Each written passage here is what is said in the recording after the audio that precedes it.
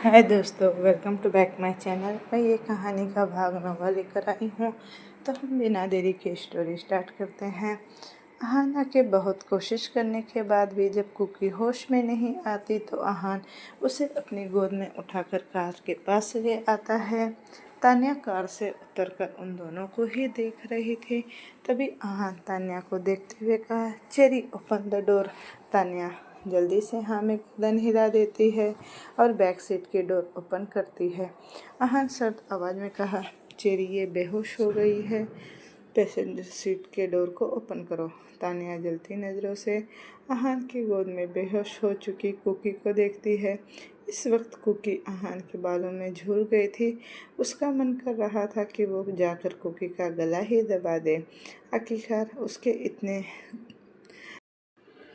आखिरकार उसने इतने प्लान्स जो बनाए थे, अहान के साथ शॉपिंग करने की, लॉन्ग ड्राइव पर जाएगी, फिर रात में डिनर डेट, लेकिन कुकी बेहोश होकर उसके सारे प्लान्स ही चौपट कर दिया। कुकी जाकर पैसेंजर सीट का डोर ओपन करती है तो अहान उसे कुकी पर सीट पर लेटा देता है। अहान तान्या को देखते हुए कहा, बाबू तुम कैब बुक करके घर चली जाओ, मैं तुम्हें शाम को मिलता हूँ।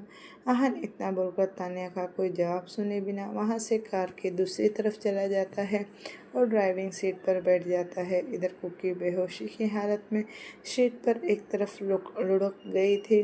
अहान कार में रखे पानी का बोतल उठाता है और कुकी के चेहरे पर मारने लगता है, लेकिन कुकी जिंदा लाश की तरह पड़ी हुई थी। पानी की छींटे मारने पर भी उसकी पलकों में कोई हलचल नहीं हो रही थी। अहान खींचकर कुकी को अपनी गोद में लिटाता है और उसके सर को अपने सीने से लगाकर अपने एक हाथ से उसे सपोर्ट देने लगता है और दूसरे हाथ से कार की स्टीयरिंग संभालकर वहाँ से चला जाता है।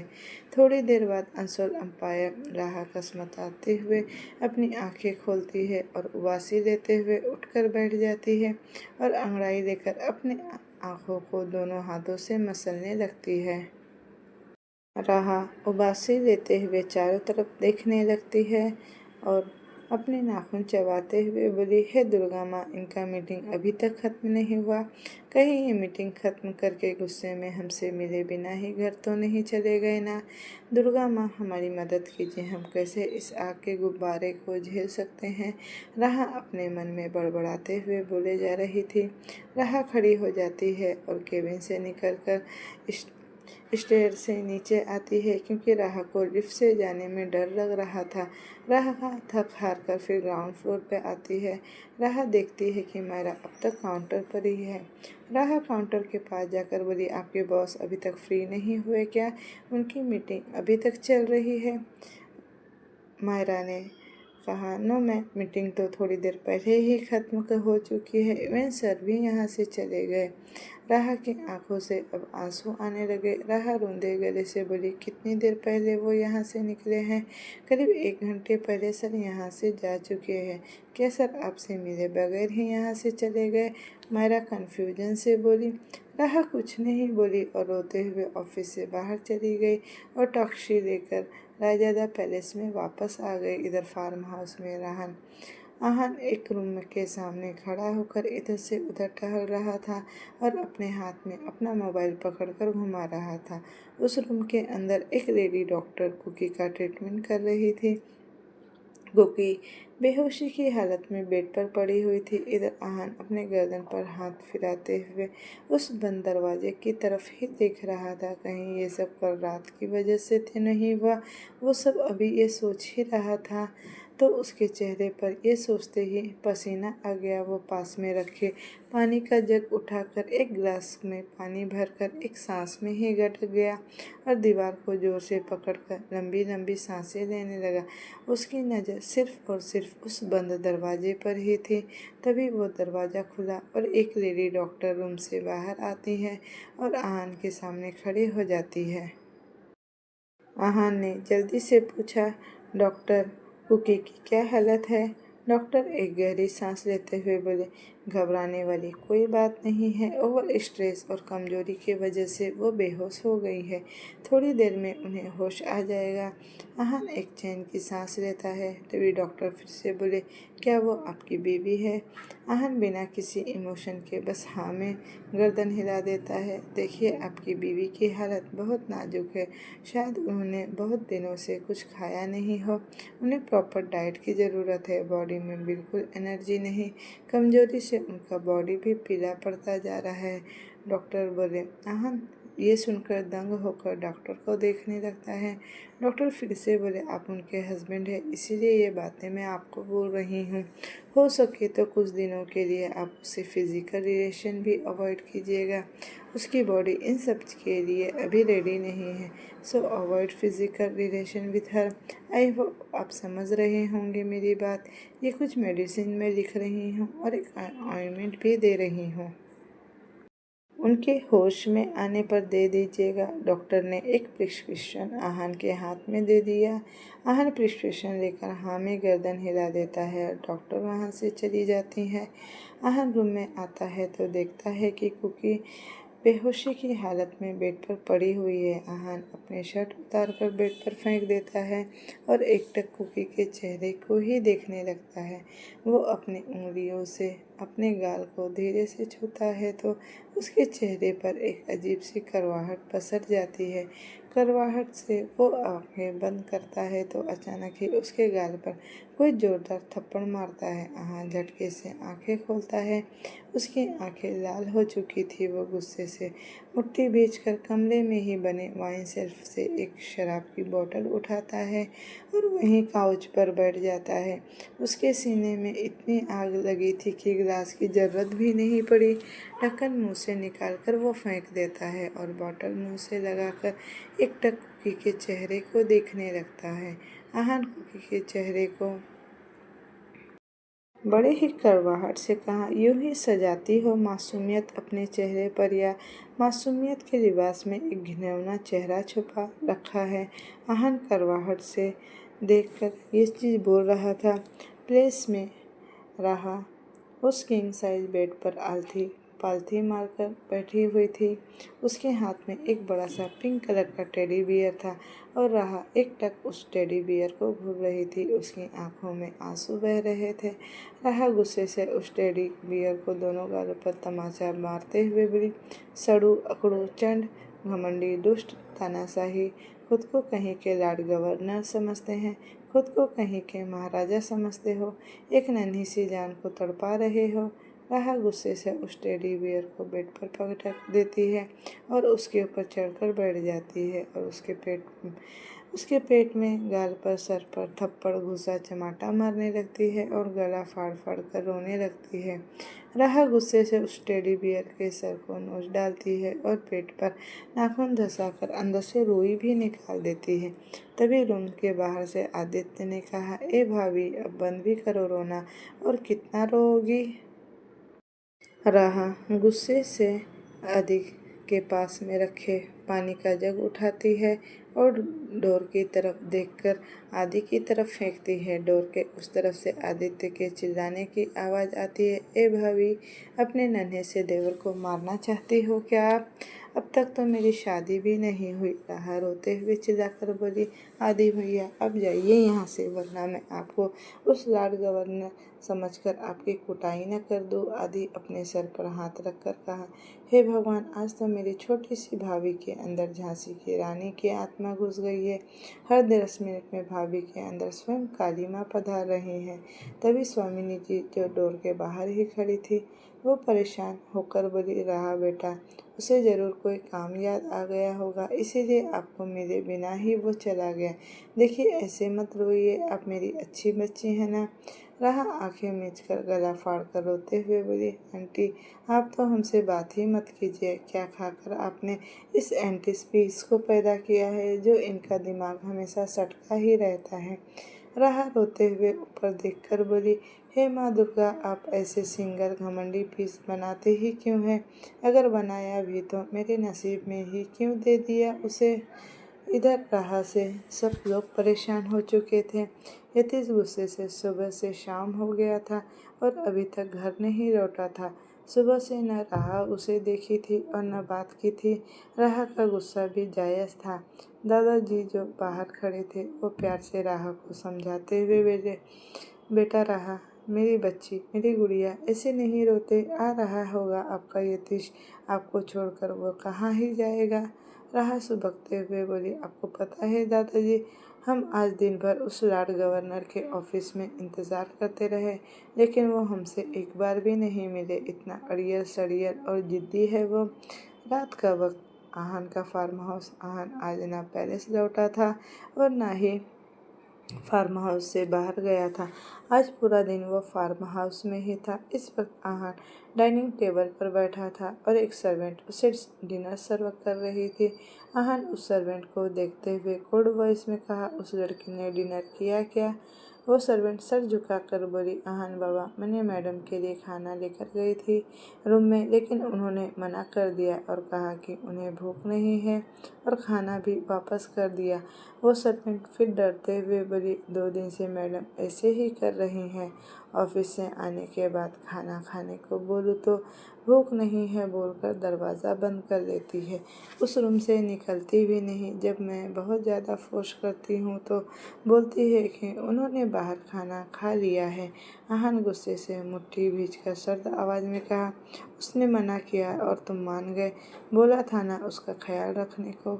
वो सर्वेंट सर झुकाती है और आहन फिर सर्द आवाज़ में कहा, जल्दी से 2 प्लेट्स डिनर लगवाओ। वो सर्वेंट सर झुकाकर 2 प्लेट खाना लगा देती है और आहन उस प्लेट को उठाकर वहाँ से रूम की तरफ चला जाता है। आहन रूम में आकर प्लेट को टेबल में रखता है और बेड की तरफ देखता है। कुकी बेड पर नहीं थी। आहन कोल्ड एक्सप्रेशन के साथ रूम के चारों तरफ देखने लगता है तो कुकी रूम में कहीं नहीं थी। आहन की नज़र फिर बालकनी पर जाती है जहाँ पर दरवाजे खुले हुए थे। आहन बालकनी में आता है। कुकी बालकनी में हाथ बांधे खड़ी होकर एक टक बाहर की तरफ देख रही थी। क्रीम कलर की उस सिंपल सी सूट में भी वो भला की खूबसूरत लग रही थी। उस पर उसकी दुधिया रंग का तराशा हुआ बदन, उसकी कमर तक खुले लहराते हुए बाल हवा के झोंके के साथ खेल रहे थे और उस सादगी में झलकती उसकी मासूमियत। उफ! आहन खुद को रोक नहीं पाया और पीछे से उसे अपने बाहों में भरकर अपना दोनों हाथ उसकी कमर पर लपेट दिया और उस टच को महसूस करते ही कुकी अपनी आंखें बंद कर लेती है। आहन कुकी को अपने गोद में उठाता है और रूम के अंदर ले आता है। आहन कोल्ड एक्सप्रेशन के साथ कहा, तुम्हें किसने कहा बेड से नीचे उतरने को? मना किया था ना, बेड से नीचे कदम नहीं रखना है। कुकी सर झुकाकर मासूमियत से बोली, सॉरी सर। आहन ना में गर्दन हिला देता है और कुकी को बेड पर बैठाकर उसका सर क्राउन से टिका देता है और खुद वो डिनर प्लेट लेने चला जाता है। आहन जब पीछे मुड़कर एक नज़र कुकी को देखता है तो कुकी इस वक्त अपना सूट निकाल रही थी। इवन वो आधा निकाल ही चुकी थी। आहन गुस्से से जाकर कुकी के सूट को नीचे करते हुए कहता है, ये क्या बेहुदा हरकत कर रही हो? दिमाग तो ठीक है ना, या घास चरने गया है? चुपचाप ऐसे ही बैठी रहो। कुकी सवालिया नज़रों से आहन को देखते हुए बोली, लेकिन आहन सर, आपने तो मना किया ना मुझे बेड से नीचे कदम रखने को। इसका मतलब क्या है? आहन कुकी के चेहरे को एक हाथ से पकड़कर दांत पीसते हुए कहा, डॉक्टर ने तुम्हें कंप्लीट बेड रेस्ट करने के लिए कहा है, ये सब करने के लिए नहीं। चुपचाप ऐसे ही बैठी रहो। कुकी हैरानी से आहन को देखने लगती है। आहन डिनर प्लेट लाकर कुकी के सामने रख देता है। कुकी नज़रें फेंक कर पलके झुकाकर बोली, मुझे भूख नहीं है। खाना नहीं खाओगी तो दवाई कैसे लोगी? आहन झल्लाते हुए कुकी से कहा तो कुकी ने कुछ नहीं कहा, बस नज़रें फेर कर वो बैठी रही। आहन एक पैर बेड पर रखकर कुकी के चेहरे को अपनी तरफ करता है और उसकी चीन पकड़कर ऊपर करते हुए कहा, मैं तुम्हारे नखरे झेलने के लिए यहाँ नहीं हूँ। चुपचाप खाना खाओ। कुकी धीमी आवाज़ में बोली, मुझे भूख नहीं है। आहान सर्द नज़र से कुकी को देखकर उसका चेहरा छोड़ देता है और बेड पर बैठ जाता है। कुकी मुंह फुलाकर उसे देख कर रही थी। आहान झटके से कुकी को अपनी तरफ खींचता है और अपने गोद में बिठा लेता है। आहान खाने की एक बाइट लेकर दूसरे हाथ से कुकी का चेहरा ऊपर करके कहा, मुंह खोलो। कुकी नाक में गर्दन हिलाते हुए अपने दोनों लिप्स को आपस में कस करके मुंह बंद कर रखा था। आहान फिर से सख्त आवाज़ में कहा, सुना नहीं तुमने क्या? मैंने क्या कहा? मुंह खोलो अपना। कुकी फिर से नाक में 2-3 बार अपना सर हिला देती है। आहान आंखें रोल करता है और उसके दोनों गाल को पकड़ लेता है और अपनी पकड़ कस देता है तो कुकी के मुंह का पाउड बन जाता है। कुकी बेचारी सी शक्ल बनाकर नज़र नीचे करके अपने लिप्स की तरफ देखती है, जो उसकी कोशिश करने के बावजूद भी बंद नहीं हो रहा था। आहान तिरछा मुस्कुराते हुए एक बाइट कुकी के मुंह के अंदर डाल देता है और उसे मुंह पर हाथ रखकर उसका मुंह बंद कर देता है। कुकी आहान को घूरते हुए देखती है और ज़बरदस्ती उस बाइट को निगलती है। आहान इसी अजीबो गरीबो तरीके से कुकी को खाना खिला देता है। कुकी बस घूरती ही रह जाती है। आहान को खाना खिलाने के बाद आहान एक बॉक्स से मेडिसिन निकाल कर ले आता है। कुकी उसे देखती है जैसे ये दवाई नहीं बॉम्ब हो। आहान समझ जाता है कि कुकी दवाई लेने में भी अब नखरे ही करेगी। आहान जैसे ही मेडिसिन आगे बढ़ाता है तो कुकी नाक सिकुड़ कर धीमी आवाज़ में बोली, हम बाद में खा लेंगे। आहान कहा, क्या तुम मुझे बेवकूफ़ समझ रही हो या फिर खुद को ओवर स्मार्ट? चुपचाप बिना किसी नानुकुर के मेरे सामने इसे खाओ। कुकी अब उस दवाई को ऐसे देख रही थी जैसे वो कुकी का कोई बहुत बड़ा दुश्मन हो। आहान दवाई उसके मुंह में रखता है और पानी का गिलास उसके होठों से लगा देता है। दवाई खाने के बाद कुकी मुंह बनाकर बोली, छी। वो इतना ही बोली थी कि आहान तेरा मुस्कुराते हुए कुकी के गर्दन पर हाथ रखता है और उसके होठों पर अपने होठ रखकर गहराई से उसे किस करने लगता है और कुकी आहान की शर्ट को अपनी मुट्ठी में भर लेती है। रायजादा पैलेस इस वक्त रायजादा पैलेस के सारे मेंबर्स काउच पर बैठे थे और सारे सर्वेंट नीचे फर्श पर राहा काउच पर बैठी थी। उसके दोनों हाथ उसके गाल पर थे और वो टुकुर टुकुर वॉल वॉच की तरफ देख रही थी। रात के 10 बज चुके थे लेकिन अभी तक यतीश का कोई अता पता नहीं था और बाकी सब राह को एकटक ही देख रहे थे। आदित्य जो तीहू के पास बैठा था वो धीरे से तीहू के कान में कहा, बिल्ली भाभी हम सबको और कितना देर बिठा के रखेंगे? मैं और नहीं बैठने वाला। आदित्य जैसे ही उठने वाला था राह पानी का जग निकाल कर बोली, आदि भैया अगर आपने अपनी जगह से हिला भी तो ये शीशे की जगह आपका सर मैं फोड़ दूंगी। आदि मुंह बनाकर फिर से वहीं बैठ जाता है। तीहू हंसते हुए बोली, बिलौटे चुपचाप बैठ जा। आज भाभी के अंदर माँ दुर्गा पधारी है, कहीं वो तुझे महिषासुर समझकर त्रिशूल न घोंपते। इधर एक सर्वेंट भी जैसे ही उठने वाला था राह गुस्से से बोली, सर्वेंट अंकल क्या आपको यहाँ बैठने में खुजली हो रही है? वो सर्वेंट मुंह फुलाकर बैठ जाता है। राह गुस्से से बोली, जब तक वो लॉर्ड गवर्नर नहीं आ जाते तब तक यहाँ से कोई नहीं हिलेगा। करीब आधे घंटे बाद राह रो रही थी। राह खड़ी होकर स्वामिनी जी की तरफ देखकर बोली, हमने कहा था ना आंटी वो आज नहीं आएंगे। वो नहीं आए ना आज, ना आज आएंगे, ना वो कल आएंगे, ना परसों। वो तब तक नहीं आएंगे जब तक मैं यहाँ से चली नहीं जाऊँगी। राह दौड़ते हुए अपने रूम के यहाँ पर ऊपर की तरफ चली जाती है। इधर फार्म हाउस में कुकी शर्म से गड़े जा रही थी। उसकी हिम्मत नहीं हो रही थी नज़र उठाकर देखने की आहान को। उसका मन कर रहा था कि वो यहीं पर गड्ढा खोदकर खुद उसमें घुस जाए। कुकी चुपचाप बस टुकुर टुकुर अब आहान को ही देख रही थी। आज उसे आहान थोड़ा बदला बदला सा लग रहा था। आहान खुद एक लोअर और टी शर्ट पहनकर अपने हाथ में एक नाइट सूट लेकर आता है और कुकी को नाइट गाउन पहना देता है। आहान कुकी के दोनों गाल पकड़कर उसका चेहरा ऊपर करके कहा, कहीं दर्द हो रहा है क्या? कुकी ना में गर्दन हिलाकर सर झुका लेती है।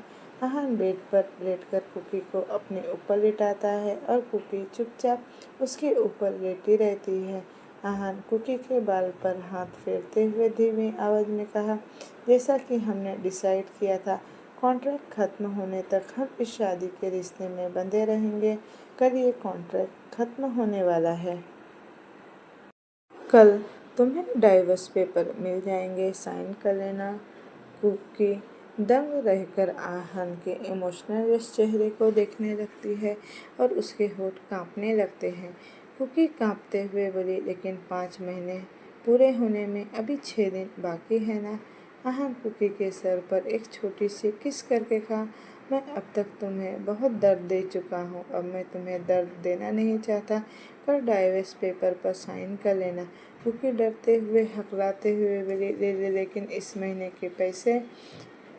आहान जो कब से कुकी के साथ सॉफ्ट बिहेव करने की कोशिश कर रहा था, उसके चेहरे पर फिर से कड़वाहट पसरने लगी। आहान गुस्से से दांत पीसते हुए कहा, इस महीने के पैसे भी मिल जाएंगे तुम्हें, बस कर डाइवोर्स पेपर पर साइन कर लेना।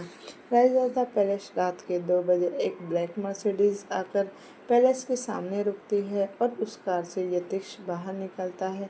इस वक्त यतीश के बाल बिखर कर उसके माथे पर आ रहे थे। हाथ के बाजू फूल थे और शर्ट का आधा हिस्सा पैंट के अंदर और आधा पैंट के बाहर था। उसकी शर्ट पर खून लगा हुआ था। उसके जैकेट एक तरफ कंधे पर था और नेकटाई ढीली थी। उसका चेहरा इमोशनल था। कुछ नया था तो यतीश के एक तरफ बाजू से खून पानी की तरह बह रहा था और उसके बाजू की स्लीव्स खून से लथपथ हो गई थी। लेकिन यतीश को तो जैसे इन सब चीज़ों से कोई फर्क ही नहीं पड़ रहा था। यतीश लंबे लंबे कदम लिए पैलेस के अंदर हॉल में चला जाता है। यतीश जैसे ही ऊपर कमरे में जाने वाला था, तभी हॉल की लाइट ऑन होती है।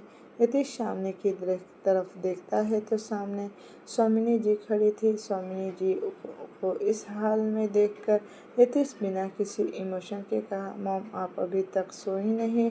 स्वामिनी जी जैसे ही कुछ बोलने वाली थी कि एकाएक उनकी नज़र यतीश के बाजू पर जाती है, जिसे देखकर वो दंग रह जाती है, क्योंकि यतीश के बाजू से खून निकलकर फर्श पर गिर रहा था। स्वामिनी जी कांपते हुए होठों के साथ बोली, ये यतीश, ये आपके बाबा बाजू पर क्या हुआ? यतीश।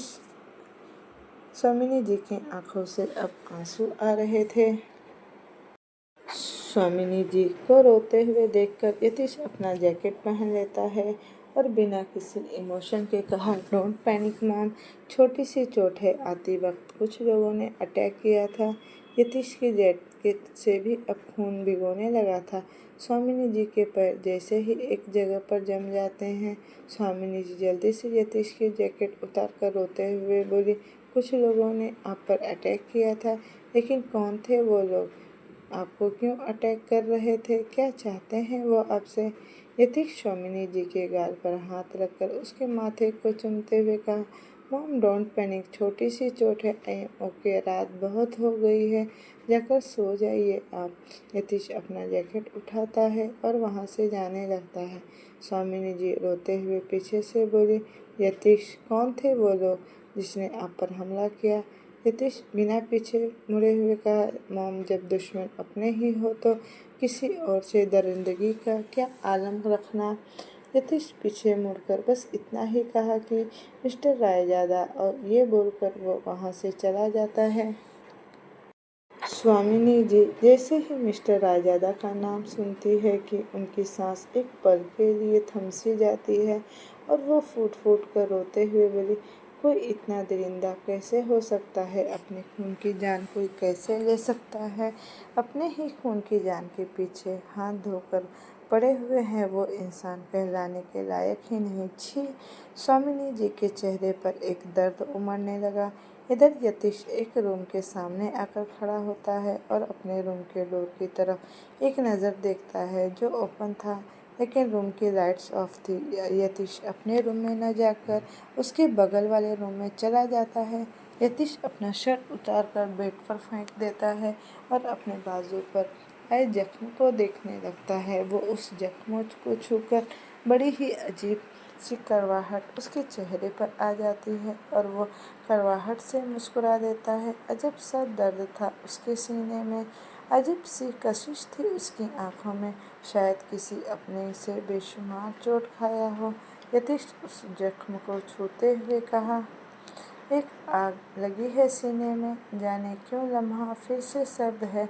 अब मुझे किसी की ज़रूरत नहीं, अब ये दर्द ही मेरा हमदर्द है। बेवकूफ़ी पर हंस रहा मेरा, अब ये दुनिया हर एक शख्स है, जल रहा है तू पल पल इस आग में, क्या सबको मिलता ये दर्द है। अब रहने भी दो तन्हा मुझे कि मेरा दर्द ही मेरा हमदर्द है। यतीश के चेहरे पर एक दर्द भरी मुस्कुराहट तैर जाती है। तभी यतीश के कान में किसी के सिसकने की आवाज़ आती है।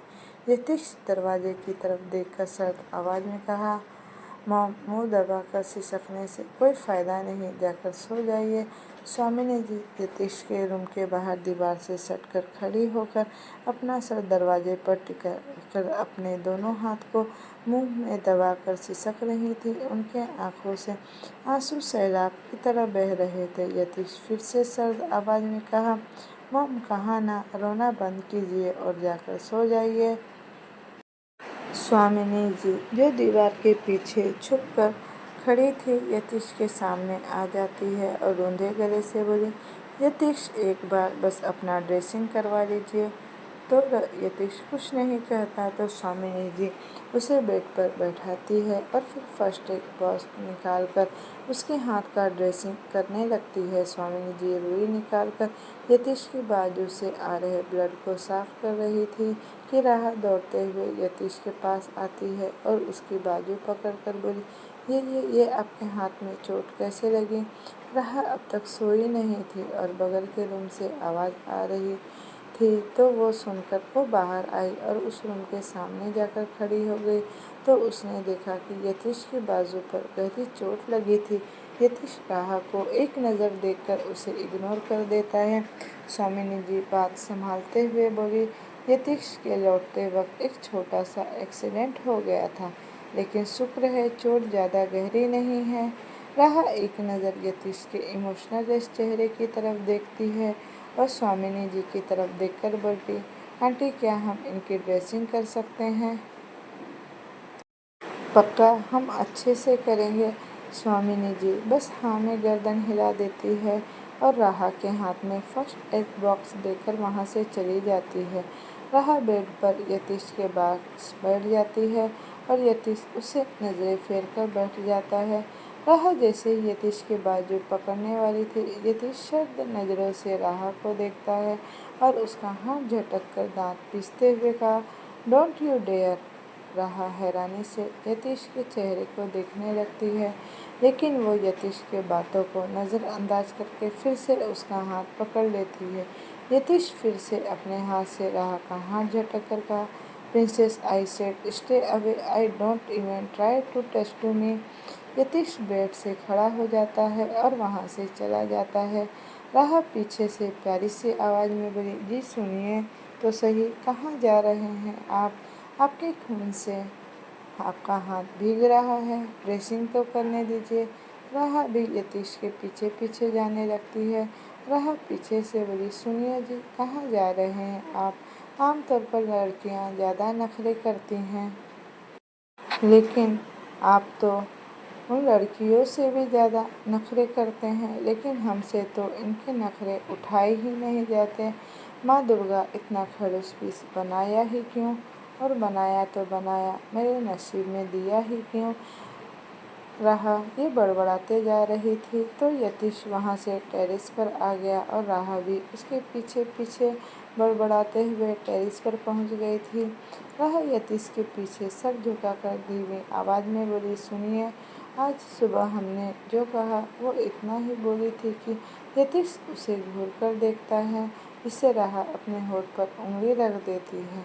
राह बुदबुदाते हुए बोली, दुर्गा माँ, इन्हें तो हमारी बातों से भी दिक्कत है, कुछ भी बोलूँ तो डरावनी नीली आँखों से ऐसे घूरेंगे जैसे हमने बहुत बड़ा गुनाह कर दिया हो।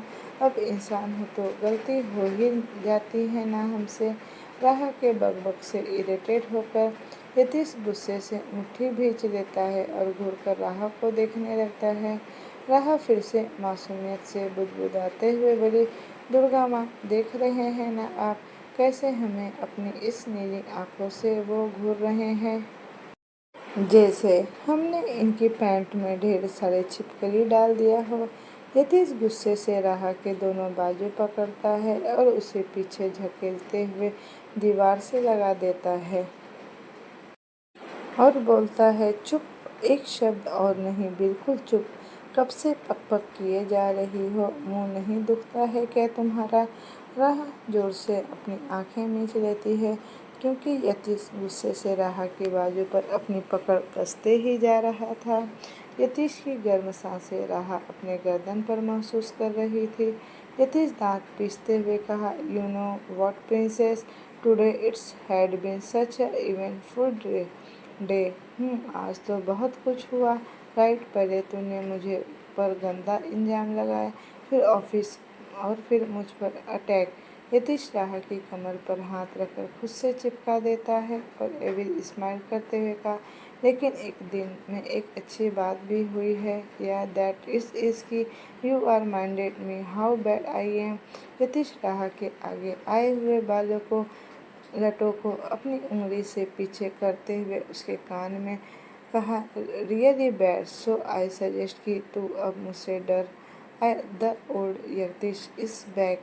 डर से राह के होठ कांप रहे थे क्योंकि यतीश इस वक्त किसी डेविल से कम नहीं लग रहा था।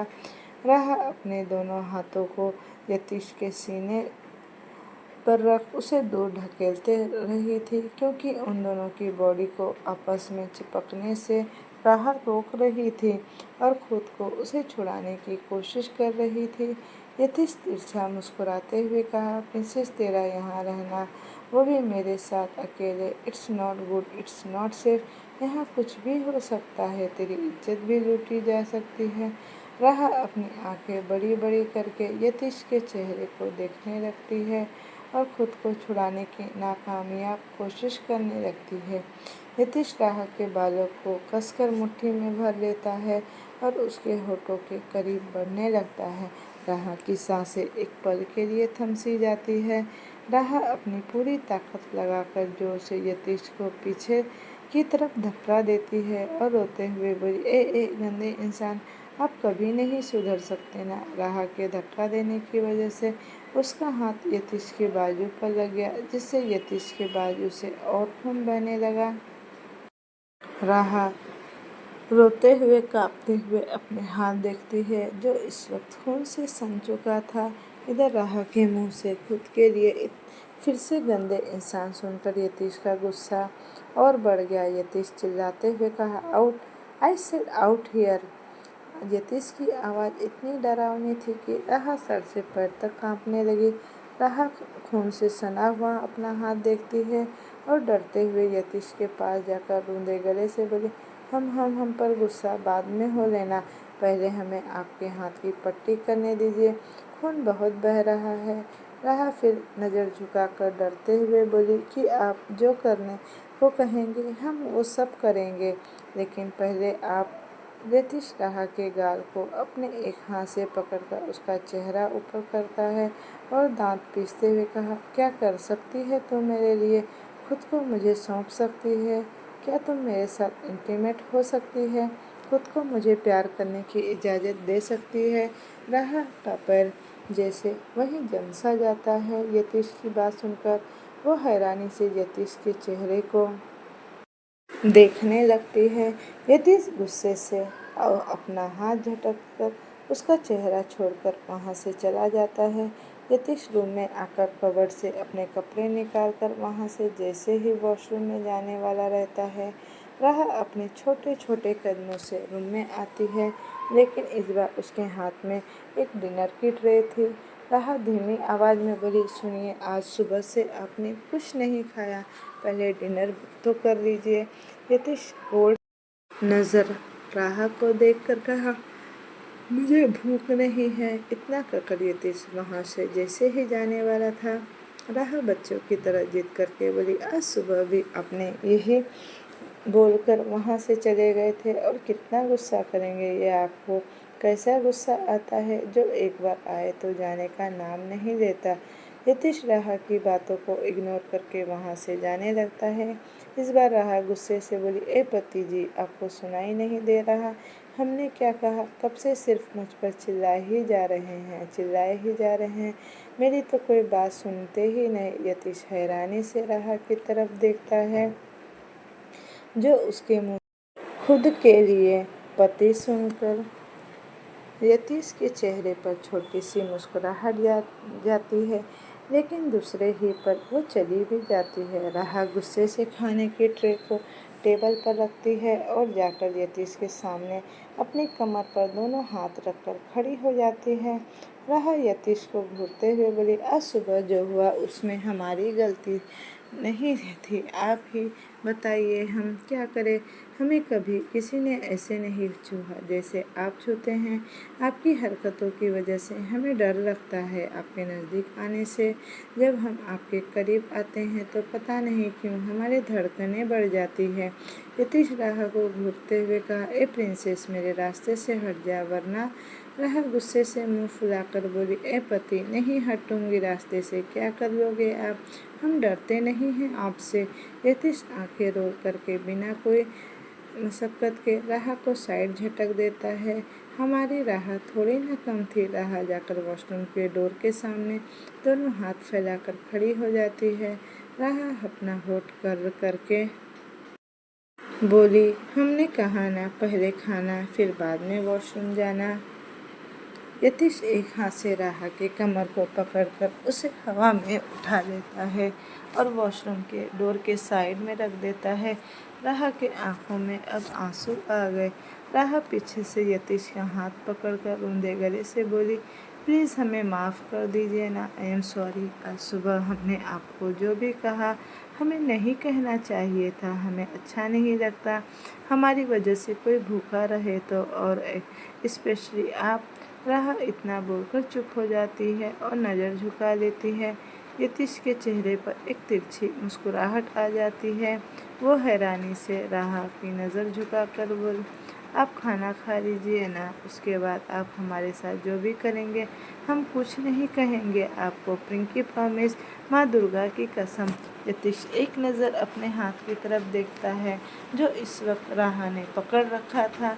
यतीश अपने होठ मुड़ाते हुए कहा, अगर नहीं खाऊंगा तो। राहा गुस्से से तमतमाते हुए बोली, तो खींचकर एक चमाटा लगा दूंगी आपको। यतीश अपनी आंखें बड़ी बड़ी करके राहा को घूरने लगता है और अपने एक हाथ से राहा के बाल को मुट्ठी में भरकर उसका चेहरा अपने चेहरे के नज़दीक ले आता है। राहा को अब रियलाइज होता है कि फ्लो में उसने क्या कह दिया। राहा डरते हुए बोली, ओ सो सॉरी। डर से राहा की आंखों से एक कतरा आंसू बह जाता है। यतीश राहा को डरते हुए देखकर उसके ईयर लोब पर बाइट कर लेता है और उसे छोड़ देता है, जिससे राहा के मुंह से एक आह निकल जाती है और वो जोर से आंखें मीच लेती है। राहा यतीश का हाथ पकड़कर उसे खींचते हुए बेड पर ले जाती है और उसे बिठाकर उसकी तरफ खाने की एक बाइट बढ़ाती है। यतीश मुंह फेर कर खड़ा हो जाता है। प्रिंसेस, छोटा सा बच्चा हूँ क्या जो तुम मुझे ऐसे खाना खिला रही हो? मैं खुद से खाना खा सकता हूँ। यतीश ने कहा तो। राहा घूरकर यतीश को देखती है और उसका चेहरा पकड़कर अपनी तरफ करके उसके मुंह में खाने की बाइट डाल देती है। यतीश आंखें छोटी छोटी करके राहा को देखने लगता है तो राहा मुस्कुरा देती है। राहा को ऐसे देखकर यतीश के दिल को एक ठंडक मिल रही थी, क्योंकि राहा जाने अनजाने में यतीश की परवाह कर रही थी। यतीश राहा के छोटे से चेहरे को देखकर अपने मन में कहा, शादी के दूसरे ही दिन ही बीवी वाली हरकतें स्टार्ट कर दिया, गुड। राहा यतीश को खाना खिलाने के बाद उसका मुंह टिश्यू से साफ करती है और फर्स्ट एड बॉक्स लाकर उसका हाथ में पट्टी करने लगती है। राहा नजरें झुकाकर पट्टी कर रही थी। उसकी आंखें बड़ी बड़ी पलकें इस वक्त झुकी हुई थी, जिसे देखकर यतीश की आंखें हैरानी से बड़ी हो गई। वो थोड़ी तेज आवाज में कहा, "ओह शिट, दुपट्टे वाली।" राहा हैरानी से यतीश की तरफ देखकर चिल्लाते हुए बोला, "नीली आंखों वाला, वो मास्क मैन।" दोनों एक साथ चिल्लाकर बोले, "व्हाट, नासिक?" फ्लैशबैक 2 साल पहले। उस वक्त राहा सिर्फ 15 साल की थी और अपने चाचा चाची के साथ नासिक गई हुई थी। एक दिन शाम के वक्त राहा मिष्टी के साथ मार्केट गई थी, लेकिन वो मार्केट में कहीं गुम हो गई थी। राहा मिष्टी को ढूंढते ढूंढते एक जंगल की तरफ पहुंच गई और घर वापस आने का रास्ता भी भूल गई थी। शाम से रात हो गई थी, लेकिन राहा जंगल में ही भटक रही थी। राहा की आंखों में इस वक्त आंसू आ रहे थे। राहा रोते हुए बोली, "हे माँ दुर्गा, ये हम कहाँ आ पहुँचे, जहाँ से निकलने का कोई रास्ता ही नहीं। दूर दूर तक कोई इंसान भी दिखाई नहीं दे रहा। न हमारे पास फ़ोन है और न ही पैसे।" राहा रोते हुए चिल्लाकर बोली, "मिष्टी दी, आप कहाँ हो? प्लीज़ आप हमारे पास आ जाइए न, माता रानी हमारी मदद कीजिए।" राहा इतना ही बोली थी कि जोर जोर से चिल्लाने की आवाज़ आने लगती है, भू भू भू भूत भूत। राहा धीरे धीरे सड़क के किनारे से चल रही थी कि उसे ऐसा महसूस होता है जैसे कोई हैवी बॉडी उसके पीछे से गुजरा हो। राहा कसकर अपनी आंखें बंद कर लेती है और बड़बड़ाते हुए बोली, "जय हनुमान, जय हनुमान, हे माता रानी।" तभी उसे ऐसा लगता है जैसे कोई हैवी बॉडी उसके पास चलकर आ रहा हो। तभी एक लड़के की आवाज़ आती है, "सुनो।" राहा और कसकर आंखें बंद कर बोली, "हमें भूतों की आवाज़ सुनाई नहीं देती।" इस बार वो लड़का थोड़ा गुस्से में बोला, "मैं इंसान हूँ, भूत नहीं। थोड़ा पीछे पलट कर तो देखो।" राहा पहले एक आंख खोलकर कांपते हुए बुदबुदाती है, "आलतू जलालतू, आई बला को टालतू, माता रानी रक्षा कीजिए हमारी।" राहा एक आंख से चारों तरफ देखती है, लेकिन वहाँ पर कोई दिखाई नहीं दे रहा था। राहा कांपते हुए बोली, "हे माता रानी, ये जरूर भूत ही है। दिखाई भी नहीं दे रहा हमें, लेकिन आवाज़ तो सुनाई दे रही है।" वो लड़का दांत पीसते हुए कहा, "ओ सिलीगर, नीचे देखो।" राहा आलतू जलालतू बोलकर नीचे देखती है। लगभग 25 साल का एक लड़का खून से लथपथ जमीन पर पड़ा हुआ था। उसकी हालत बेहद नाजुक थी। तभी कुछ कदमों की आहट आती है, "ढूंढो उसे, वो घायल है, ज़्यादा दूर भाग नहीं सकता। यही आसपास कहीं होगा। यही मौका है उसे मौत के घाट उतारने का।" राहा की आंखें बड़ी बड़ी हो जाती है और उसे सारा माजरा समझने में देर नहीं लगती। राहा उस लड़के की तरफ देखती है जिसके चेहरे पर इस वक्त मास्क लगा हुआ था, लेकिन अंधेरे में भी उसकी नीली आंखें मोतियों की तरह चमक रही थी।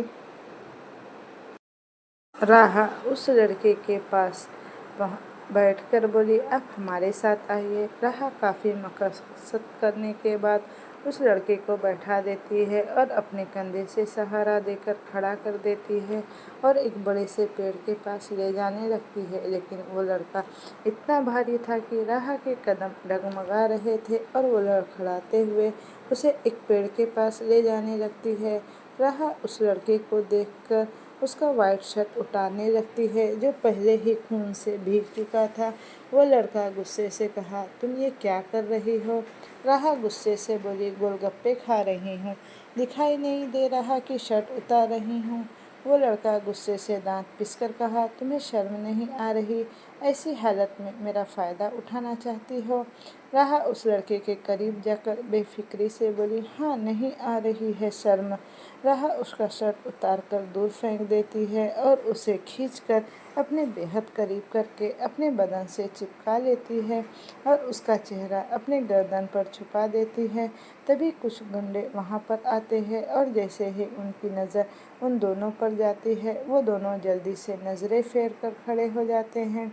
उन गुंडों में से एक गुंडे ने गुस्से से कहा, "आज के ज़माने के लड़के लड़कियों के अंदर ज़रा भी लाज शर्म जैसी कोई चीज़ ही नहीं। इतनी आशिकी ही आ रही है तो जाकर घर पर जाकर ये सब करे। ऐसे खुलेआम ये सब करके चारों तरफ सिर्फ गंदगी ही फैला रहे हैं।" वो गुंडा बाकी सबको देखकर कहा, ए चलो रे यहाँ से, ये दोनों तो बेशर्म हैं, हम ही यहाँ से चले जाते हैं। क्योंकि राहा और उन दोनों को देखकर ऐसा लग रहा था जैसे वो दोनों एक दूसरे को किस कर रहे हो, और उस लड़के के शर्ट पर पहले ही खून लगा था जिसकी वजह से राहा ने उसे उतार दिया था। और इस हालत में उन दोनों को जंगल में अकेले देखकर किसी के दिमाग में क्या ख्याल आएगा वो तो आप समझ ही चुके होंगे। तो गुंडों के भी दिमाग में वही ख्याल आया। वो गुंडे वहाँ से वो देखकर चले जाता है। राहा एक गहरी सांस लेकर उस लड़के के चेहरे को देखती है जिसकी आंखें बार बार झपक रही थी। राहा उस लड़के के गाल पर थपकी लगाते हुए कहा, ए सुनिए, अपनी आंखें खोलिए। तभी राहा को एक टैक्सी नज़र आती हुई दिखाई देती है। राहा मुश्किल से वो टैक्सी रोकती है और संभालते हुए उस लड़के को बैठाकर खुद उस टैक्सी में बैठ जाती है और उसका सर अपनी गोद में रख लेती है। राहा घर पहुंचकर सबसे छुपते छुपाते उस लड़के को अपने कमरे में ले जाती है और दरवाज़ा बंद करके उसे बेड पर लिटा देती है। थोड़ी देर बाद राहा बेड पर बैठी हुई थी और उस लड़के के पेट पर आए जख्म पर हल्दी लगा रही थी। देखने से वो छुरी का वार से आए गहरा जख्म लग रहा था। इस वक्त राहा अपने चेहरे पर दुपट्टा बांध रखी थी और उस लड़के के चेहरे पर मास्क लगा हुआ था। राहा नज़रें झुकाकर उस लड़के के जख्म पर हल्दी लगा रही थी और वो लड़का एकटक उसकी झुकी हुई बड़ी बड़ी पलकों को ही देख रहा था। राहा प्यारी सी आवाज़ में बोली, कौन थे वो लोग, क्यों पीछा कर रहे थे आपका? शक्ल से तो आप भले आदमी लग रहे हो, तो फिर आपको कोई क्यों मारना चाहेगा? वो लड़का बोला, गलत हो तुम। शक्ल से भोला भाला लगता हूँ लेकिन हूँ एक खतरनाक इंसान। तुम्हें मुझे यहाँ नहीं लाना चाहिए था। राहा बोली, अगर आपको वहाँ ऐसी हालत में मैं छोड़ देती तो वो बुरा मान जाते। वो लड़का राहा को घूरते हुए कहा, कौन बुरा मानते? राहा जल्दी से बोली, दुर्गा माँ, और कौन? राहा उसकी चोट पर पट्टी करते हुए प्यार से बोली, क्यों करते हैं आप ऐसा काम जिससे इतनी चोट लगे? कितना दुख रहा होगा ना आपको? वो लड़का एकटक राहा को निहारते हुए उसका दुपट्टा उसके चेहरे से जैसे ही हटाने वाला था, राहा उसका हाथ पकड़ लेती है और बोली, आप अब सो जाइए, सुबह तक आराम मिल जाएगा, मैं देर के रूम में सो जाऊंगी। वो डोर बंद करके रखिएगा, वरना किसी ने आपको मेरे रूम में देख लिया तो मेरी जमकर पिटाई होगी। वो लड़का हैरानी से राहा को देख रहा था जो बिना किसी स्वार्थ के उसकी मदद कर रही थी। वो लड़का पीछे से कहा, ए लड़की, जरा अपना नाम तो बता के जा। राहा एक छोटी सी स्माइल के साथ बोली, नाम में क्या रखा है, नसीब में होंगे तो फिर से मिलेंगे, गुड नाइट। ये बोलकर वो वहाँ से चली जाती है। वो लड़का उसे घूरकर देखते हुए कहा, सिली प्रिंसेस। अगली सुबह जब राहा अपने कमरे में आई तो देखा कि यहाँ कोई नहीं था, बस एक पन्ना टेबल पर फड़फड़ा रहा था। राहा उसे उठाकर पढ़ने लगती है, सिली प्रिंसेस, मैं नसीब पर भरोसा तो नहीं करता क्योंकि अपना नसीब मैं खुद लिखता हूँ। मेरी जान बचाकर तूने मुझे अपना कर्जदार बना दिया। वादा है एक दिन तेरा ये एहसान मैं भी चुका दूंगा। और वो, हाँ सिलीगर, स्ट्रेंजर पर भरोसा नहीं करते। शक्ल से भोले भाले दिखने वाले दिल के भी बहुत बुरे होते हैं। नेक्स्ट टाइम ऐसी बेवकूफ़ी तो बिल्कुल मत करना। फ्लैशबैक एंड राहा अपनी आंखें बड़ी बड़ी करके बोली, नीली आंखों वाला मास्क मैन अगले दिन आपको ऐसे क्यों चले आए? कितनी चोट आई थी आपको? थोड़ा सा आराम कर लेते। और उस लेटर पर दुनिया भर का लंबा चौड़ा ज्ञान लिख दिया। बस मुखिया, थैंक यू, धन्यवाद लिखने में पेन की इंक खत्म हो गई थी क्या, या आपका ईगो आड़े आ रहा था? यतीश राहा को घूरते हुए कहा, princess you are such a silly girl. Yatish Raha के बाजू पकड़कर झटके से उसे खींचता है और उसे अपने ऊपर लिटा लेता है। राहा हैरानी से बस यतीश को देखने लगती है। उसका दिल अब जोरों से धड़क रहा था। राहा हकलाते हुए बोली, ये आप क्या कर रहे हैं? यतीश राहा के सर को जबरदस्ती अपने सीने पर रखकर कहा, प्रिंसेस मैं कुछ भी नहीं कर रहा, तेरी इज्जत नहीं लुटने वाला। राहा घूरकर यतीश को देखती है, तभी यतीश का फ़ोन वाइब्रेट होने लगता है। यतीश माइंड स्टैंड से फ़ोन उठाकर देखता है तो उस पर एक टेक्स्ट मैसेज आया हुआ था। यतीश, तूने मेरी राह से ज़बरदस्ती शादी तो कर लिया, लेकिन वो तुझे कभी खुद को हाथ लगाने नहीं देखी। यतीश के चेहरे पर एक डेविल स्माइल आ जाती है। यतीश राहा के सर को एक हाथ से सहलाते हुए दूसरे हाथ से टाइपिंग करता है। Baby correct your on word, तो वो तेरी नहीं मेरी प्रिंसेस है। वैसे भी शादी तो हो चुकी है, अब उसके जिस्म को हासिल तो मैं कर ही लूँगा।